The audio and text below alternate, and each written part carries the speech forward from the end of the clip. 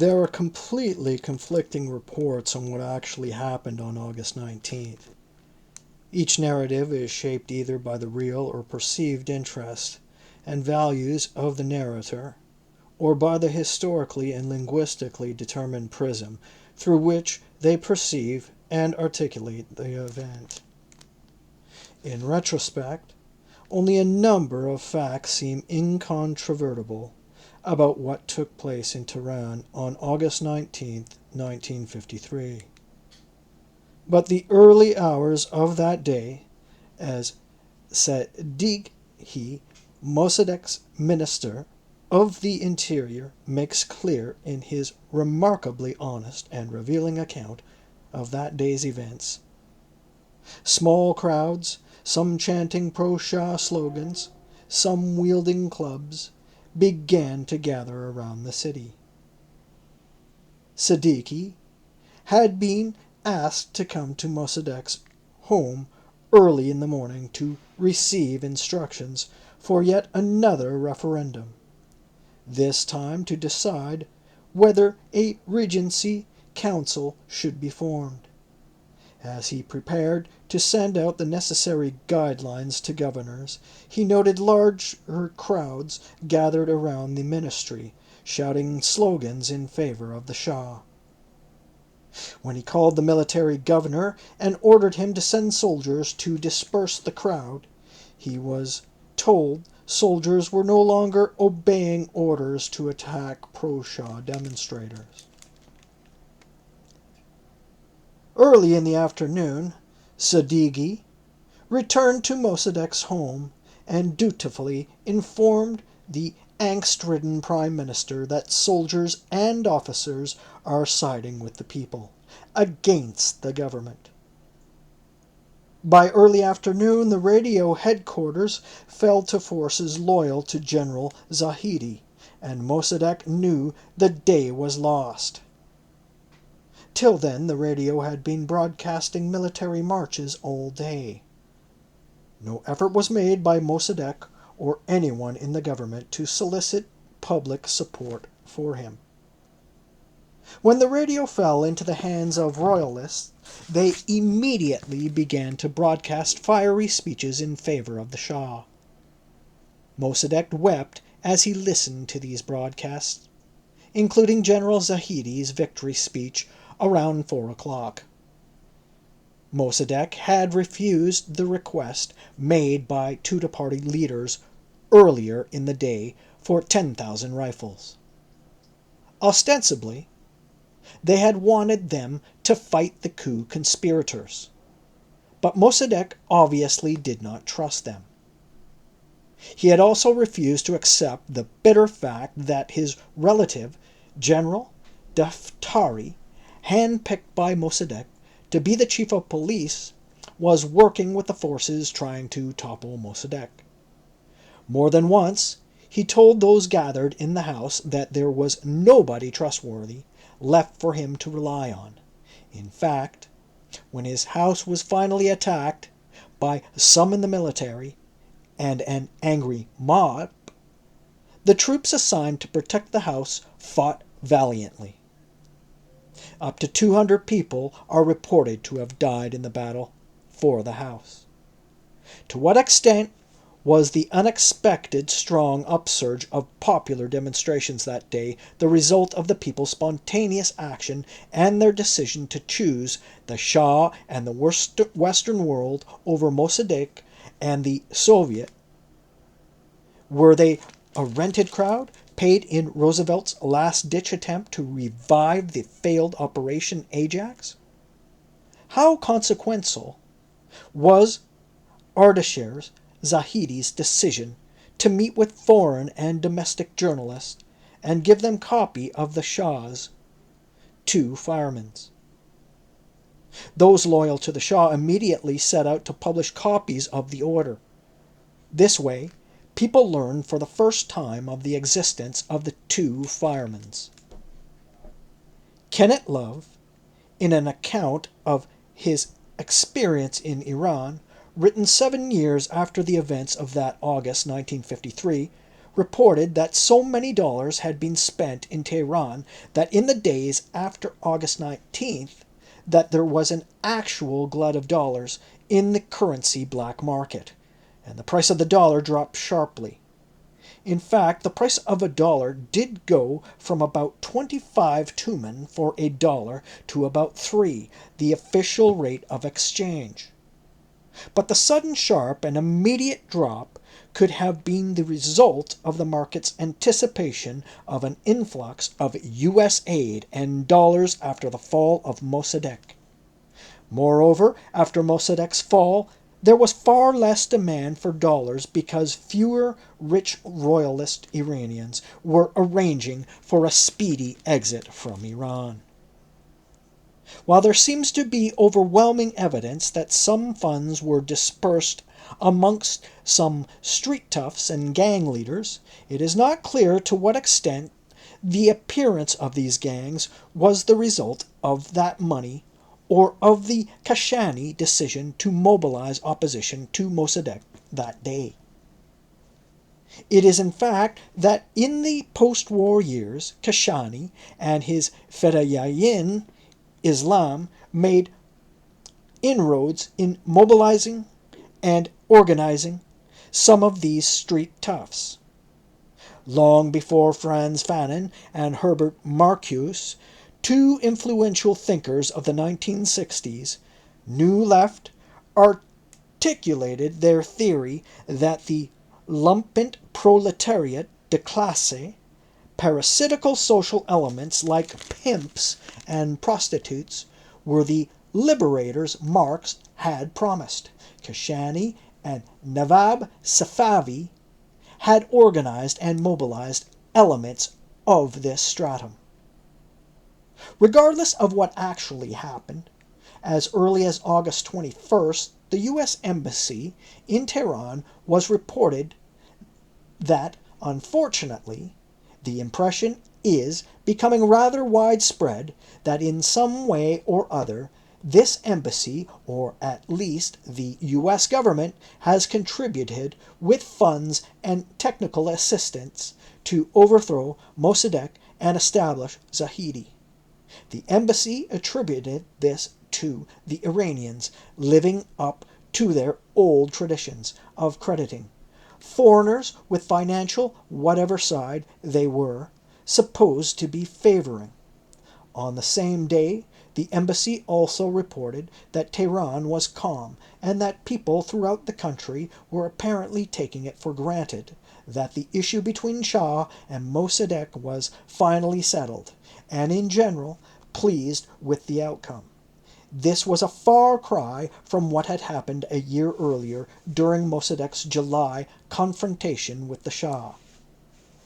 At that time, with every passing day after Mossadegh's resignation, Tehran had grown more tense, the population more angry, more agitated, and less willing to accept Mossadegh's replacement as the prime minister. This time, there was an eerie complacency in the air. The Shah, unaware of any of these developments, gave his version of what happened as soon as he settled in the palace in Baghdad on August 16th. He asked to meet with the American ambassador, who called on him at 9:30 that evening. Neither the British nor the American government was eager to be identified with the Shah. Both countries assumed he was a lost cause and took caution in meeting with him. Many in the British government had concluded by August 18th that their country's best policy would be to write off the Shah and proceed on the unpalatable assumption that Mossadegh is the indisputable ruler of Persia. They were worried that the Shah, by running away with so little dignity, had forfeited all authority in Iran. Ultimately, however, the British government decided to follow the American lead and comply with the Shah's request for advice. The American ambassador found the Shah, worn from the sleepless nights, puzzled by the turn of events, but with no bitterness towards Americans. He said in recent weeks he had felt increasingly that he had to take he would have to take action against Mossadegh. In the Shah's words, after being assured that everything was arranged and that there was no possibility of failure, he left Tehran for his Caspian palace in order to put Mossadegh off guard. In its iteration, the Shah had signed the two firemans when he was in Kalardasht.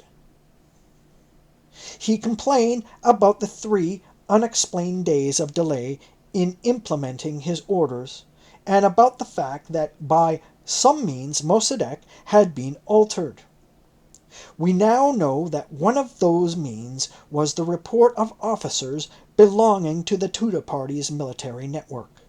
The Shah also discussed his future plans with the American ambassador. He felt the need to issue a statement given his version of events, indicating that once he realized that his orders were not being followed, he left the country to prevent further bloodshed and further damage. The Shah went on to say that he will hold off giving any statement until he gets advice. He called Mossadegh absolutely mad and insanely jealous. He thinks he can form a partnership with the Tudeh party and then outwit them, but in so doing he will become the Dr. Benes of Iran, alluding to the Czechoslovakian nationalist leader overthrown by the Communist Party in 1948. While in Iraq, aside from Western diplomats, the Iraqi royalty, the Shah also met with Ayatollah Shahrastani, one of the most eminent Shia divines in Iraq, who was strongly opposed to Mossadegh. The meeting was not an isolated event, but an indication of the clergy's change of heart in Iran. Shahrastani advised the Shah to go somewhere where he would be free, where he could seek American and British advice, and make weekly broadcasts answering Mossadegh's insults with dignity. He even suggested that the best place for the Shah to go to would be Hamburg, since his wife was half German, or, failing that, Switzerland. In recollecting his short Iraqi stopover, the Shah almost mentioned that in recognition of the fact that Iran was facing grave dangers, he decided to visit the shrine of Imam Ali, Shiism's revered first Imam, buried in Najaf. I stretched my beseeching hands toward His Holiness, and I have no doubt that it was by his grace that shortly thereafter the country was saved. His stay in Iraq was short-lived. On August 18th, the Shah and the Queen, along with the 2 men in their entourage, boarded a commercial flight bound for Ciampino Airport in Rome. There a flock of journalists and photographers awaited them and harassed them with questions about unfolding events in Iran and about the Shah's plans for the future. Here, too, the Iranian ambassador had not condescended to come and greet the royal couple, and when they did finally talk with him on the phone, he refused to return to them the key to the car they had left at the embassy during the Shah's last visit to Europe. According to Soraya, someone at the embassy finally succeeded in stealing the keys away from the rebel ambassador. The Shah and his wife settled on the 4th floor of the Hotel Excelsior, a small suite which a Persian industrialist vacated to give to us. The industrialist's name was Morad Iraye, an Iranian Jew who in later years benefited much from his gesture of support. Apocryphal stories about how he had given the Shah a blank check or had given the royal couple the use of his Cadillac afforded him a special cachet. Having left Iran with little clothing on their first day in Rome, the Shah and his wife stole away through the rear entrance of the hotel to escape the paparazzi and bought a new gray suit for the Shah and a white polka dot dress for Sir Yahya at the same time. The Shah warns Soraya that they have to be very careful with money. We do not have much money, he said, but reassured her by adding that they will possibly have just enough to buy a piece of land where we can settle down.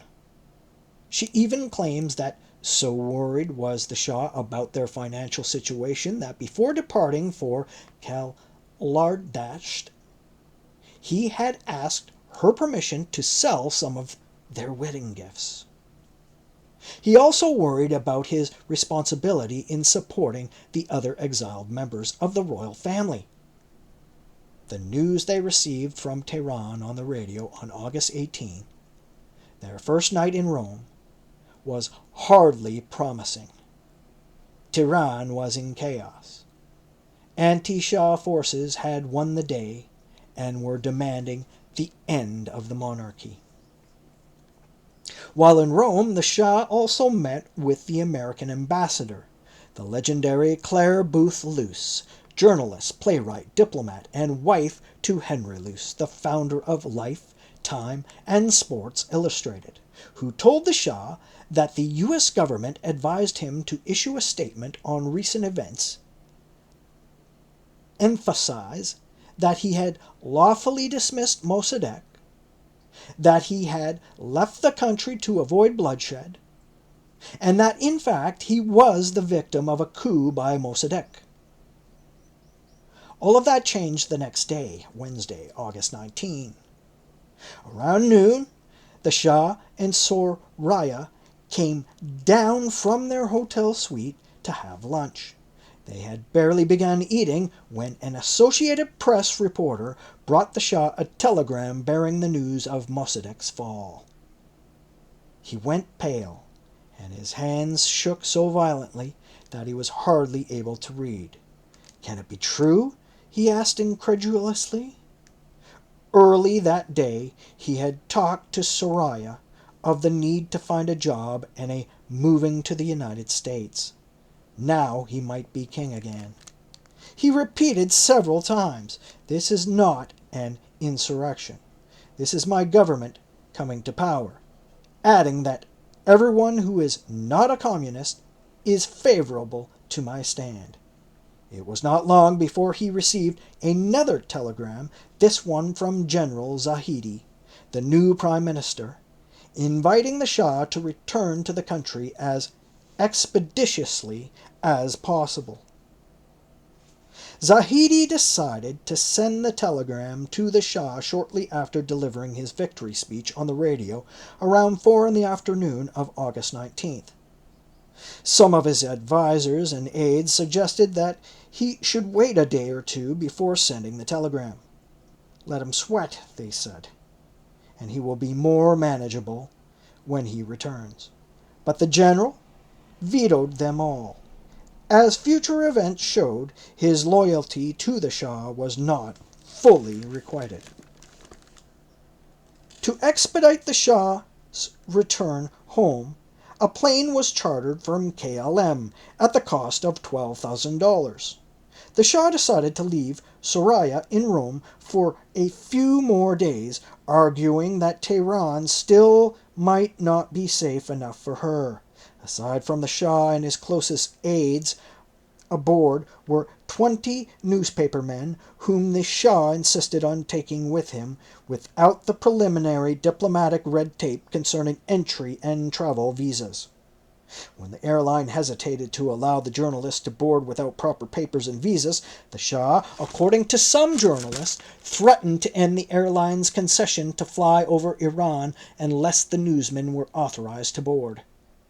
This was the first obvious hint of a newly self-assertive Shah, who increasingly saw the law as a malleable tool of his modernizing authoritarian designs for Iran. The Shah seemed to have sensed how much the country had changed under Mossadegh. As the American embassy in Tehran already understood, a revolution with deep-rooted origins in the wave of nationalism had swept Iran. The old patterns of power had been irrevocably shattered. and anyone who wanted to succeed in the new Iran, the embassy believed, must shape his program on the basis of nationalist operations. Maybe that was why, before leaving Rome, the Shah had sent the British government a message through the U.S. Embassy, saying that in Tehran, he may have to say some harsh things against the British, but that he will not reflect his true feelings. On his way back, the Shah stopped in Baghdad to thank the Iraqi king for his hospitality. In conversations with the journalist, he called Mossadegh an evil man who must be tried.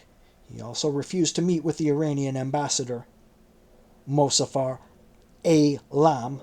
Eventually, the Shah did forgive Alam and allowed him to return to government work, but that day his anger was too raw to agree to a meeting. He arrived back in Tehran in the early afternoon of August 22nd, under tight security conditions. The new cabinet, some members of the royal family, and the diplomatic corps were all at the airport waiting to give the Shah an official welcome.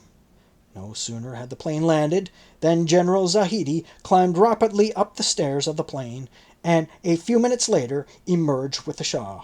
It was whispered that he did not wish to kiss the Shah's hand, and that his fast move to board the plane before the Shah left it was in order to obviate a potentially embarrassing scene for the Shah. As the Shah passed the line of eagerly waiting military commanders, he noticed that Colonel Nazari was now a general. The Shah was not happy, and he immediately let it be known that he considered military promotions his sole monopoly power. This was the beginning of tensions between the Shah and the general who had saved his throne. A few hours after his arrival, at 9 in the evening of August 22nd, the Shah delivered a short radio message to the God-loving, patriotic, and honorable people of Iran. He thanked them for their sincere sentiments and reassured them that their action had, from 1,000 miles away, removed all his fatigue and anxiety. With no sense of irony, he said, "As you know, on numerous occasions I was ready to sacrifice my life for you, and in future too. I will not refuse if the occasion arises." He talked of his own unforgettable support for the national movement, and promised that, as in the past, he would work to move Iran toward a democratic life, one fortunately mandated in Islam's esteemed teachings. As with all he said and wrote in those years, there was a heavy dose of religiosity in his words, part of his strategy of alliance with the clergy against Mossadegh and the left. And then, in a thinly disguised reference to Mossadegh, the Shah said that the full weight of the law would be laid upon those who violated the constitution in spite of the oath they took, and who dissolved the Majlis, dissolved the army. By the time the Shah made this announcement, Mossadegh had already decided to turn himself in. He was taking to the officers' club where General Zahedi had set up his headquarters. He met Mossadegh upon his arrival. After polite words of greeting, Mossadegh was taken to a room that would henceforth serve as his prison. The Shah's real mood and lingering anxieties, as well as his newfound confidence, were all evident in his first meeting with Loy Henderson, the American ambassador. The meeting took place at 6 o'clock in the early evening of August 23rd, and at the Shah's request, it was a private affair. Henderson began the meeting by conveying an oral message from President Eisenhower, congratulating the Shah on his return. Earlier that day, the Iranian chief of protocol had let foreign embassies know that it would be appropriate for heads of state to send public congratulatory messages to the Shah of Iran. Henderson, in fact, took some liberties with the text of the message, adding an introductory paragraph to the message that the president had approved. He began by praising the Shah's great moral courage. The Shah, according to Henderson, wept as he read this message, and then asked the ambassador to tell the president how grateful he was for the interest the U.S. had shown in Iran.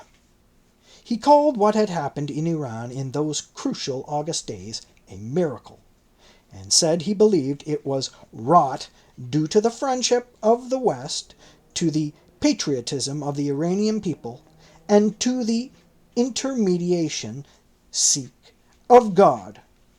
He added that, in his mind, if he had failed, Iran would have had no alternative but communism. He emphasized that it was his intention to completely root out subversive press and completely wreck Tudeh organization. At the same time, he wanted to know how soon can U.S. aid come in what quantities and what form. He and Zahedi both knew that their political success, even their survival, might well depend on the quick resolution of the oil issue and the fast revival of the troubled economy. Millions of dollars were almost immediately given to the Zahedi government. Even the Russians, who had prevaricated and procrastinated in giving the Mossadegh government the gold and currency they owed Iran at the end of the World War II, were now willing to pay their debt expeditiously.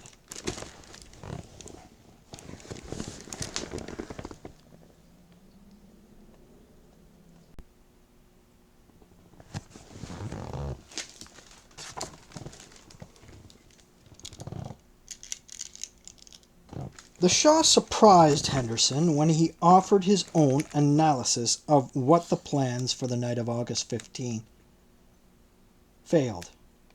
Someone, the Shah said, must have betrayed them, and then ventured to ask, could it have been British agents? Henderson's answer was categorical, delivered in a tone of stern admonishment. He expressed surprise at the Shah's proposition, saying he knew for a fact that the British were dealing honestly with him, and he should get out of his head, once and for all, the idea they were engaging in double-dealing. And then, in a surprisingly stern tone, he told the Shah he hoped he would never again make either to British or American remarks which might tend to undermine the mutual confidence that existed between the United States and Britain. The Shah also talked at some length about why he was not happy with the Zahedi cabinet. He was, he said, happy with Zahedi himself and had complete confidence in him. Nor did he believe that the general had ambitions other than to serve Iran and its Shah.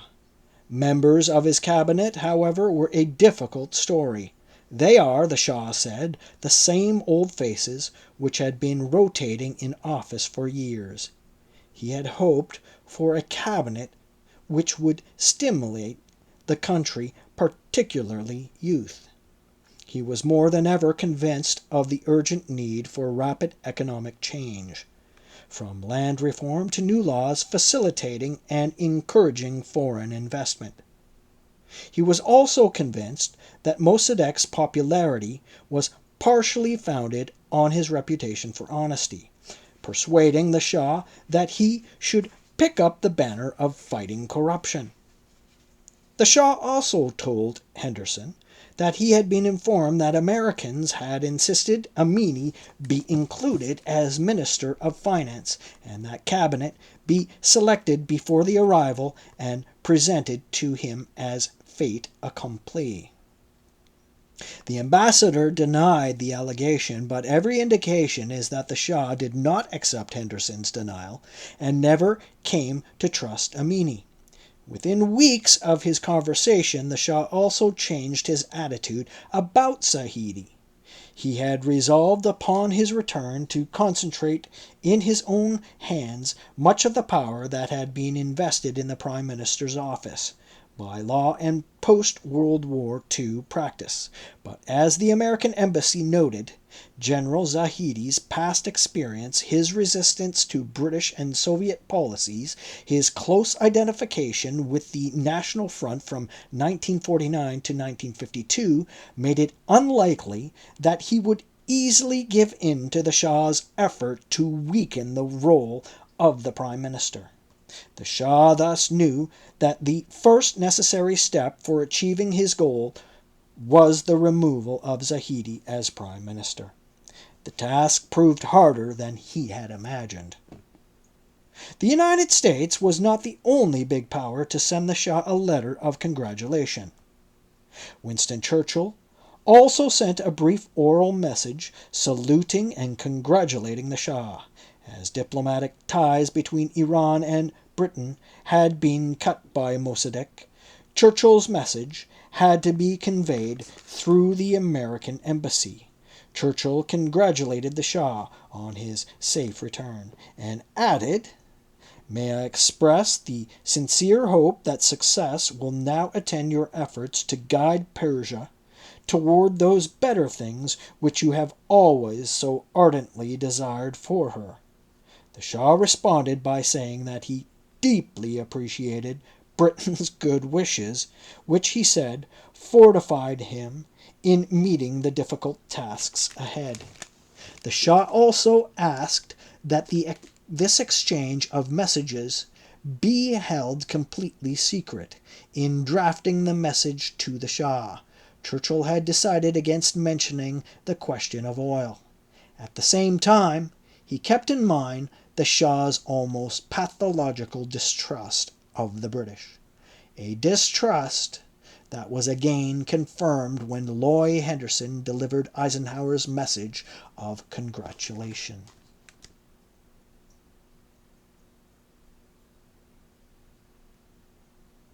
Late at night on August 23rd, the Shah also met with Kermit Roosevelt. No sooner had Roosevelt entered the room than a frock-coated attendant appeared with tiny glasses of vodka and caviar canapes. If Roosevelt is to be believed, the Shah's first words were, "I owe my throne to God, my people, my army, and to you." The Shah also talked of his plans to put Mossadegh on trial and give him 3 years of house arrest in his village, and then allow him to be free, but confined to move about in but not outside his village. The Shah also indicated, according to Roosevelt, that when Fatemi was arrested, and he will be found and arrested, he said, he will be executed. In those days, Fatemi had taken refuge with the Tudeh party, who were hiding him in their safe houses. By way of a gift, the Shah gave Roosevelt a large flat golden cigarette case. As the Shah tried to concentrate more and more power in his own hands, and as he now faced Zahidi's resistance in this effort, both men knew the country was in desperate need of money. There was also considerable pressure on the two to resolve the oil issue rapidly. The question of when to resume the severed diplomatic ties with Britain also needed a resolution. Messages from political figures like Kashani, warning against the resumption of diplomatic ties, confirmed the depth of anti-British resentment in the country. The British government, on the other hand, was eager to regain its foothold in Iran and its control of at least part of the country's oil industry. They were thus exerting pressure for a speedy resumption of diplomatic ties. The issue of relations with Britain and the resolution of the oil crisis were, of course, inseparable.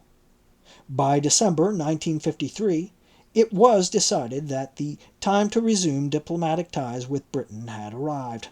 The Shah and Zahidi both had some reservations about the early resumption of ties, but Loy Henderson and Alfred Eschker, The Swiss ambassador to Iran, who also represented the British government's interests during their embassy's closure, worked hard behind the scenes to convince them to allow the resumption of full diplomatic ties. When in December of 1953, Iran finally agreed to resume ties, Britain announced that it had named Dennis Wright as its chargé d'affaires in Tehran. Wright was surprised at the appointment as he knew nothing about Iran. He was a man more experienced in the world of oil politics, but oil was Britain's biggest concern, and thus sending an oil man as the first diplomat made sense. Wright eventually learned that Iran had also predicated the resumption of ties with Britain on the condition that no one who had served in Iran during the tumultuous days of Mossadegh would return to the embassy, hence Wright's appointment. At the Foreign Ministry, Wright was given his marching orders. He was to strive to resume full diplomatic ties and, if possible, bring back AIOC alone, that is, as the sole oil monopoly in Iran. Failing that, Wright was to strive for the best achievable form of shared control of Iran's oil with preliminary American companies. That is, primarily American companies. Finally, he was to insist on receiving fair compensation for the loss of enterprise in Iran. For the British, as future negotiations showed, the question of compensation was as much an issue of pride and revenge as a financial matter, forcing the insolent natives to submit to the will of Imperial Britain. As Wright soon realized, after arriving in Tehran, he had been given a tall order.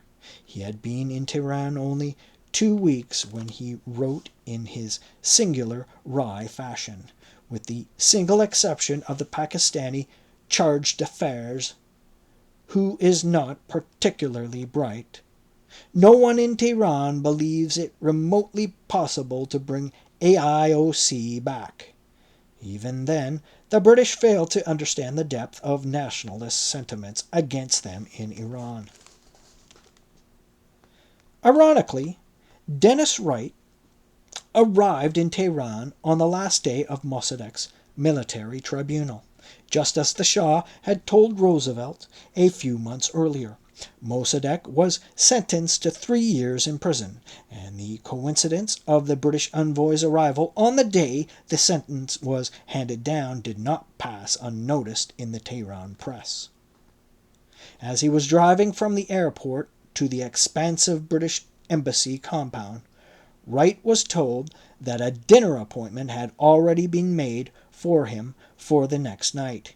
He was to meet with special emissaries of the Shah, Ernest Peron and Bahram Shahrokh, who had made his name for the being of booming voice of strident Nazi broadcasts to Iran. The next evening, as planned, Wright met with Peron and Shahrokh. The two men reiterated the claim that they were representing the Shah and probed Wright about the terms of the oil settlement he envisioned. They then went on to criticize General Zahedi and inquired whether the British government would object if the Shah dismissed Hussein Allah as court minister. Wright told them in London General Zahedi was held in high regard, while what the Shah did with Hussein Allah was an affair and no concern of the British government. Wright also refused to engage the two men in any substantive discussion of oil. Moreover, the next day, Wright informed a Zahedi confidant about his unusual meeting with the two royal emissaries. 2 days later, during a small Christmas party at the embassy, the two men came back unannounced to meet with Wright. They produced a paper that they claimed contained the verbatim views of the Shah as he had articulated them just that morning. The note said that all matters of high policy, i.e., matters above or outside the diplomatic routine, should be presented to His Majesty, through either Peron or Sharok.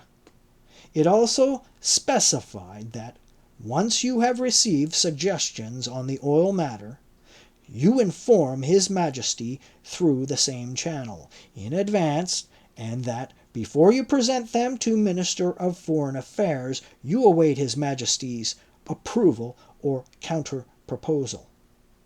The note further indicated that His Majesty accepts the principles proposed by Britain on how to resolve the oil issue, but also said that the agreement must be face-saving for the Persian government.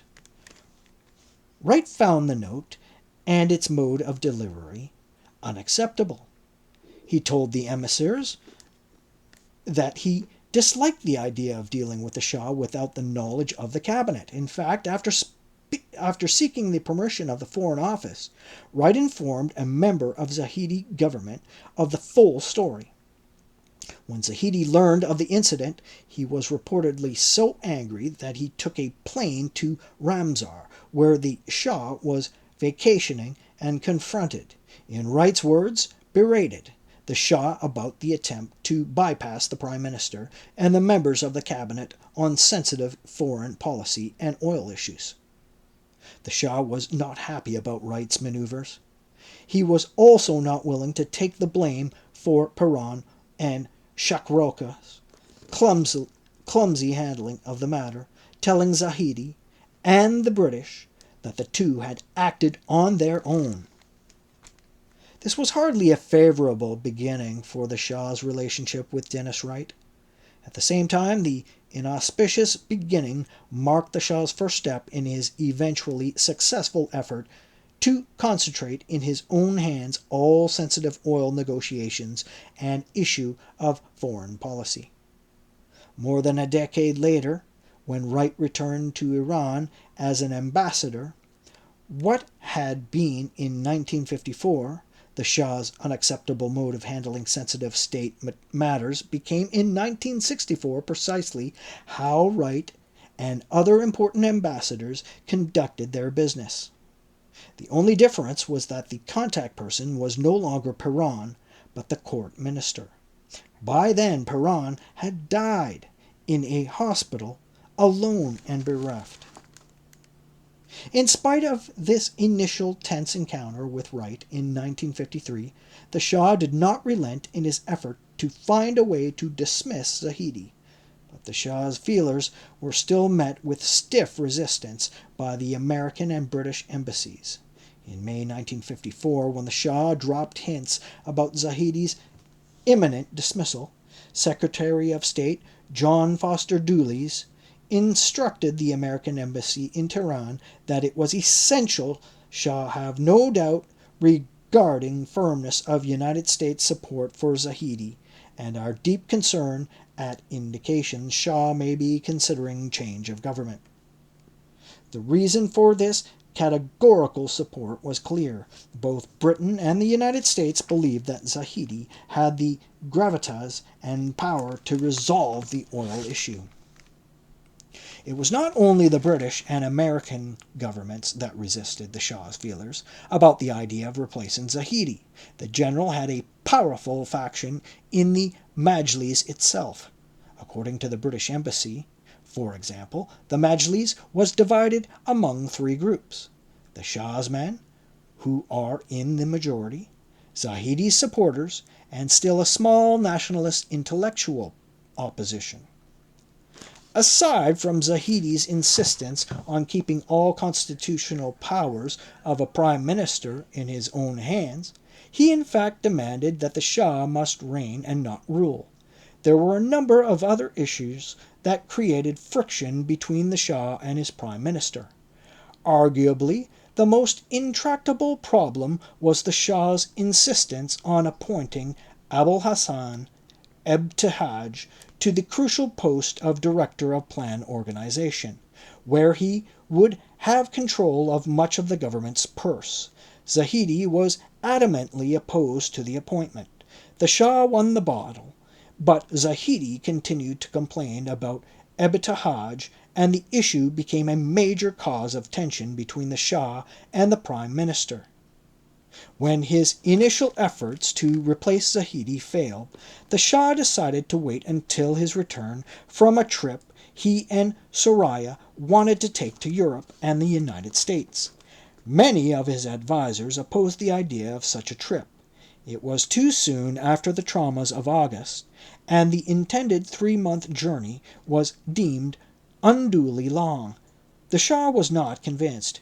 He kept repeating that the Queen was tired and needed some rest. The Shah's desire to make the trip also met with some resistance from the British and American embassies.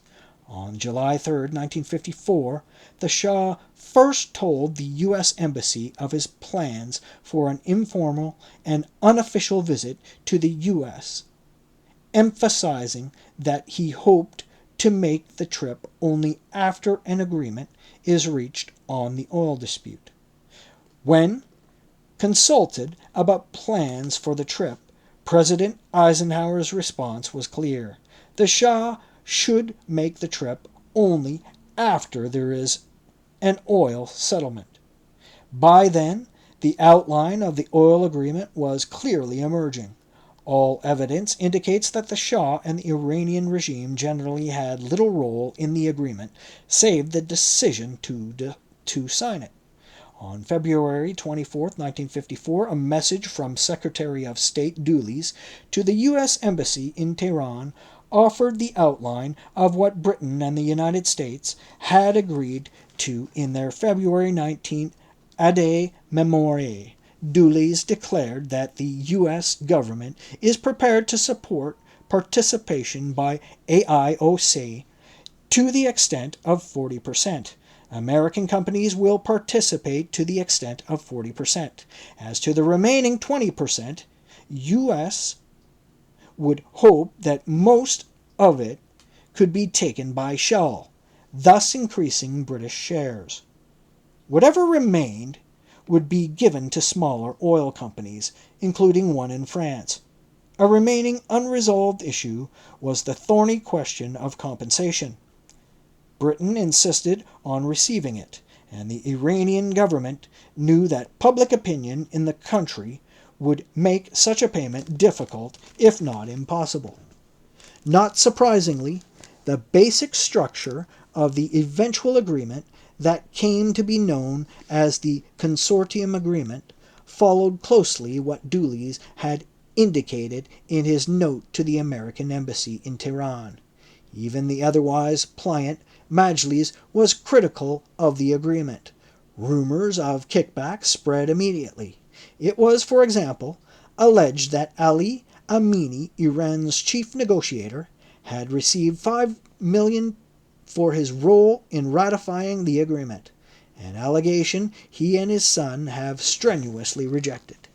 His son argues in a well-researched but sympathetic biography of his father that the check was in fact for $5.4 million, and that it was given to Amini not as a bribe, but as the first installment of a $45 million package of aid promised to Iran by the Eisenhower administration. According to the British government, while the common sense and courage of Ali Amini deserved full credit for the passage of the controversial oil agreement, ultimately the success of negotiations was determined by the Shah. According to the embassy, due in part to dishonest advice from interested Persian politicians and hangers-on at the court, the Shah had initially tried to get a better arrangement by dealing directly with Britain. The reference to the hangers-on at the court was apparently a thin-disguised allusion to the episode with Peron and Shakarov on September 21, 1954. Amini, in his capacity as Iran's chief negotiator, presented the details of the agreement to the parliament. He admitted that the agreement was not what the people had desired, An ideal agreement, he said, would only be possible when Iran could compete with the major economic powers of the world. A consortium of predominantly American and British companies was granted control over the sale and production of oil in a big part of Iran. A separate agreement called for Iran to pay AIOC L21 million of compensation for lost revenues during the Mossadegh era. What is that, 21 million pounds? The company, in fact, claimed its real losses to have been double that amount as a gesture of goodwill. 42 million.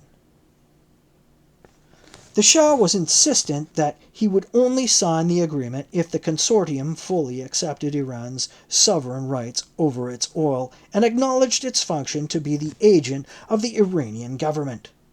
Nevertheless, the Shah and Amini both insisted that the consortium agreement was not an ideal deal, but simply the best deal Iran could get at the time. They tried to lay the blame for any flaws in the agreement on Mossadegh. His government had left the country so weakened, the Shah argued, that the new government had its back to the wall and had no choice but to agree to a flawed deal. As the complicated details of the consortium deal were being worked out, the April 19, 1954 issue of Life magazine displayed a picture of a notorious figure known as Shaban, the Brainless One, suggesting that he was one of the many street toughs who had played a key role in ensuring Zahidi's victory on August 19, 1953. The Shah tried to use the article as an excuse to dismiss Zahidi. He sent Court Minister Hussein Allah to see Loy Henderson and suggest that Zahidi must be replaced by someone more acceptable to the West. Allah intimated that, in the Shah's view, the delay in realizing an agreement between Iran and the oil companies was caused by the reluctance of the companies to deal with Zahidi. Henderson emphatically rejected the idea and indicated his utter surprise at the Shah's most recent ploy to get rid of the Prime Minister. Moreover, Henderson said it was the Shah rather than the Prime Minister who was likely to play the decisive role in achieving a settlement. In confirming his role in the passage of the consortium deal, the Shah wrote that at the time, President Eisenhower sent me a letter expressing his personal appreciation for my efforts in resolving the oil problems caused by Mossadegh's government. After 4 weeks of sometimes rancorous debate in the Majlis, the consortium agreement was finally ratified in late October and signed into law by the Shah on October 24, 1954. With the oil issue behind him, and with the failure of his latest ploy to be rid of Zahidi, the Shah decided to go to America before the end of the year and leave the resolution of his problem with the Prime Minister until after his return. All obstacles to the trip the Shah and Soraya so anxiously wished to make seemed to have disappeared. But then, on November 2nd, the Shah's only full brother, Ali Reza, and thus the only sibling who could by law succeed him on the throne, died in a plane crash. He had been traveling from the Caspian coast to Tehran. The weather was stormy, and airport officials had tried to dissuade the prince from taking off, but he did not heed their warnings. That night, the royal family was gathering at the home of the Queen Mother to celebrate the Shah's birthday. When Ali Reza, known for his punctuality, was late in arriving, everyone feared the worst. It took some time before the body and the wreckage could be located in the rugged mountains and dense forests that lie between Tehran and the Caspian Sea. Amongst the wild rumors that circulated before the discovery of the wreckage was that the prince had flown to the Soviet Union. Moreover, the Shah, too, was considered complicit in the alleged conspiracy to kill the dashing and ambitious prince. Ironically, the death of his brother only made the trip to the United States more necessary. The need for an heir was now redoubled. The question of Soraya's ability to bear a child was fresh on the Shah's mind and was one of the reasons for his urgent desire to visit the United States. Not long after their return to Tehran from Rome, at the end of a masked ball, the Shah had asked Soraya, "Isn't it time we think of producing an heir to the throne?" The Shah and Soraya finally commenced their long-anticipated journey on December 5th, 1954. Only a handful of days of their 3-month-long journey were given to official visits in the United States, Britain, and Germany. The remaining days were given to a star-studded trek across America.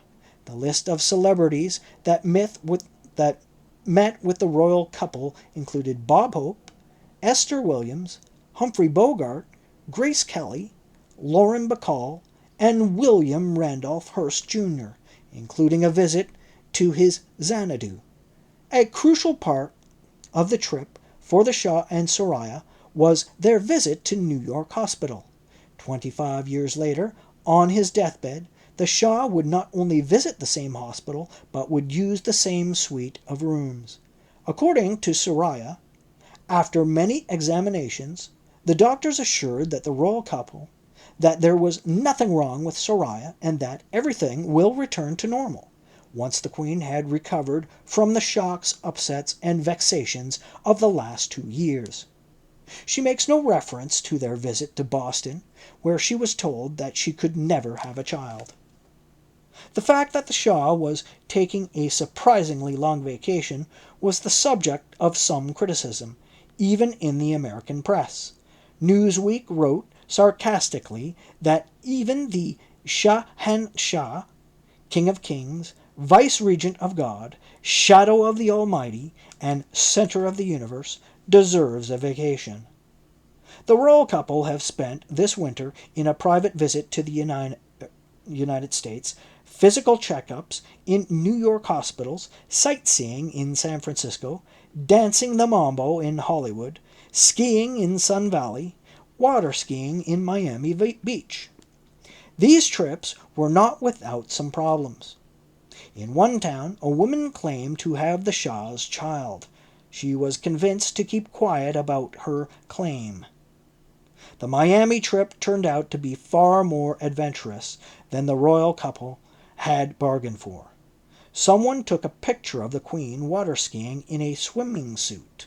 Some of the Shah's entourage tried to buy the negative of the pictures from the photographer, but their effort came to naught. The political price of the photos became clear a few months after the return of the royal couple.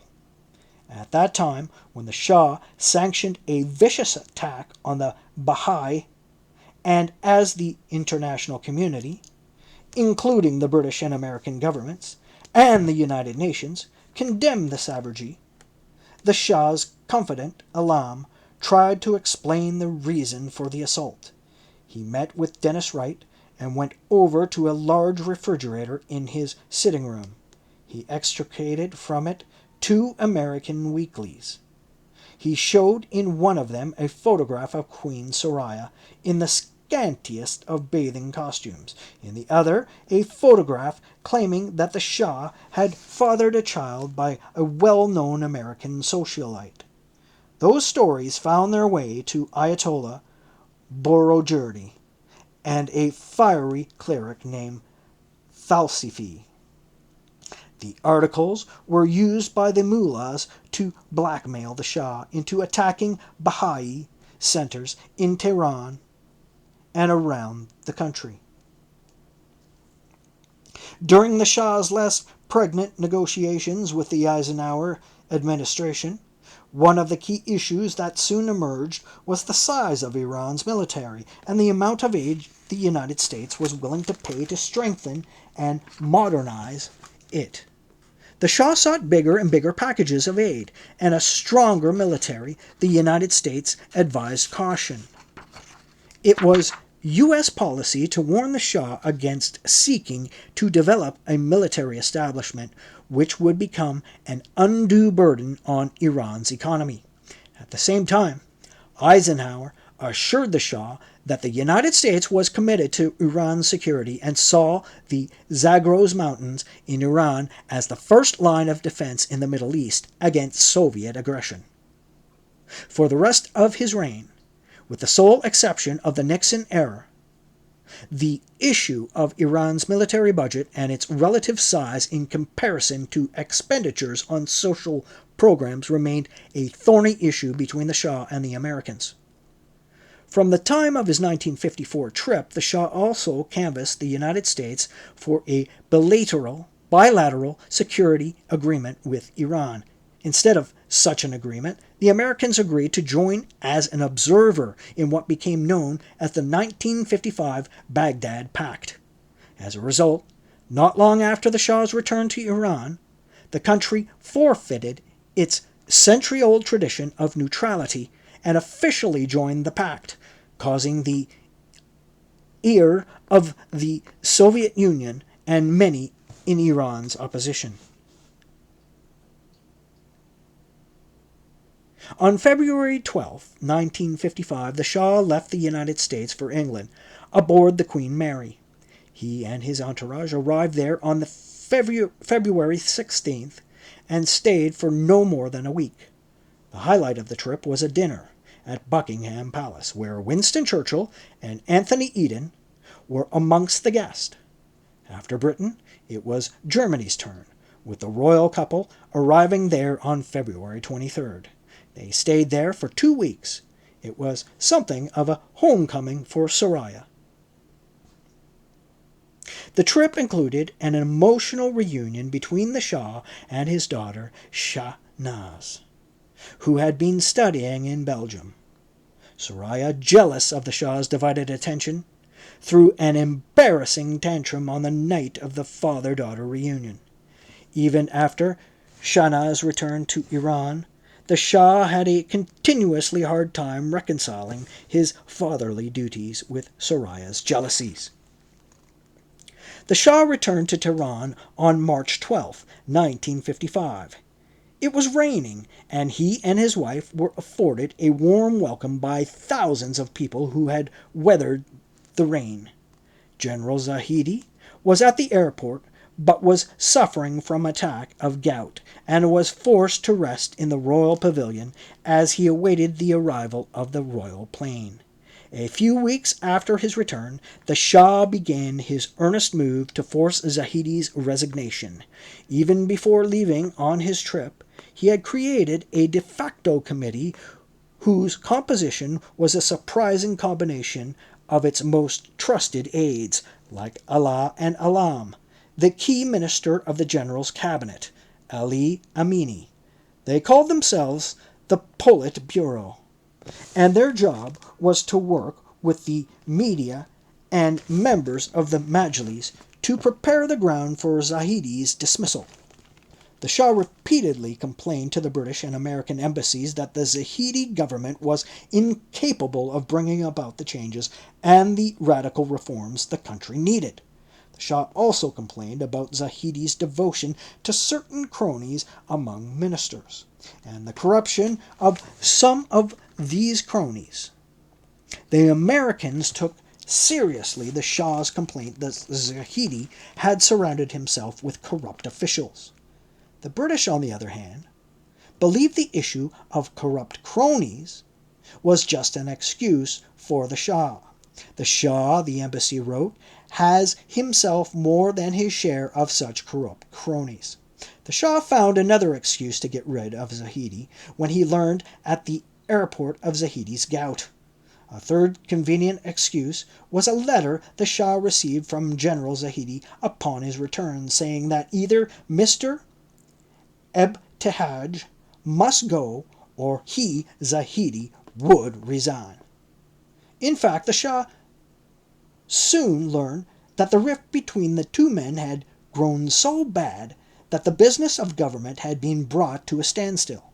While British and American sources both confirm that the general did in fact send this ultimatum to the Shah, Ardashir Zahedi rejects the idea, saying that he never saw such a letter and that writing such an ultimatum was not in his father's style.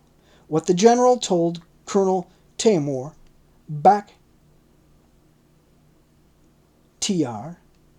about this time confirms Ardashir's story. On March 23rd, the Prime Minister told Bakhtiar that much of the tension in his relations with the Shah was the fault of Ebtajaj. Zahedi added that he could not understand why, after all he had done for his country, the Shah was so keen to get rid of him. He ended by saying, if forced to resign, he would not go to Europe, but to South America, where he would be able to speak his mind about the present rulers of Persia. Less than a month after his return home on April 6, the Shah made his final move to dismiss Zahedi. The plan initially called for some of the Shah's trusted men to ask Zahedi to resign, but none of these indirect pressures bore any fruit. Finally, the Shah decided to intervene directly and sent Alam to convince Zahedi to go gently into the sunset. After a couple of days of negotiations, drafts of the resignation letter and other details were worked out with the Shah's indirect but full participation.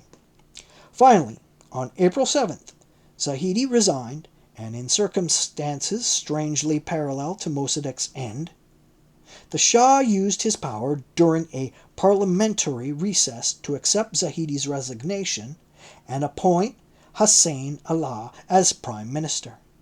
In the words of the British Embassy, Allah was the almost perfect pliant tool, one who would allow the Shah to take a direct and major part in governing the country. By then, Allah was well over 70 years old and had to immediately leave the country for medical treatment in Europe. Even when back in Tehran, he could not work for more than 1 or 2 hours a day. The British Embassy tartly noted that following Zahedi's departure, the business of government has in practice been carried out by the Shah with Alam as his errand boy. The Prime Minister has little or no responsibility or authority. With the Tudeh party in retreat and most of its leaders fled to Eastern Europe, and with the National Front more or less defeated, the Shah used the occasion of a failed attempt on the life of Allah to order a crackdown on the radical Islamists in Fedayeen-e-Islam, who were responsible for the botched plot. Their top activists and leaders were arrested. Including on the list were Ayatollah Kashani, Nawab Safavi, the founder of the group, and Khalil Tahmazabi, General Razmara's assassin. In those days, the Shah had his suspicions that Saudi Arabian money was being funneled to the Islamic group. The Iranian government could never find any proof of this allegation. However, it was true that Safavi had in fact traveled to Egypt, where he had met with Gamal Abdel Nasser and Sayyid Qutb, one of radical Islam's most influential theorists and the leader of the Muslim Brotherhood, Akavan al-Muslimin. The British Embassy knew about these contacts and reported at the time that the Iranian group was linked to the Muslim Brotherhood, receiving orders from them. It is an interesting sign of Safavi's influence that in a recent memorial to his legacy, Ayatollah Ali Khamenei write that his foray into politics began when he heard a young cleric named Safavi give a rousing sermon in Mashhad. In a meeting with the British ambassador shortly after the crackdown on Islamists, the Shah, in a confident and cheerful mood, declared with what the British called a lyrical note that spring was on its way in Iran, and a new page in the history of Iran was about to be turned. The most remarkable aspect of the recent suppression of Islamists, according to the Shah, was the absence of any popular protest against the arrest of Kashani, except for a routine one from a few mullahs. It just shows, the Shah said triumphantly, what an exploded myth these nationalists were. Their importance in the past has been greatly overstated. He knew better now. They had nothing to offer the country. He had. Maybe, unbeknownst to the Shah, the British did not share his optimism. Persia is drifting, declared Anne Lambton at this time. The Shah, she said, cannot govern but will not let anyone else do it either. In her words, he was a dictator who cannot dictate.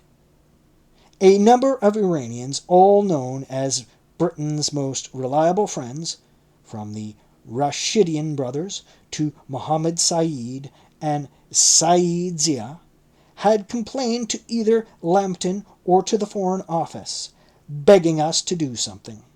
They complained about corrupt sycophants surrounding the Shah and leading him astray. Eventually, the British government reached the bleak conclusion that with the Shah at the helm, good intentions coupled with weak execution has resulted in an intermittent and hesitant dictatorship.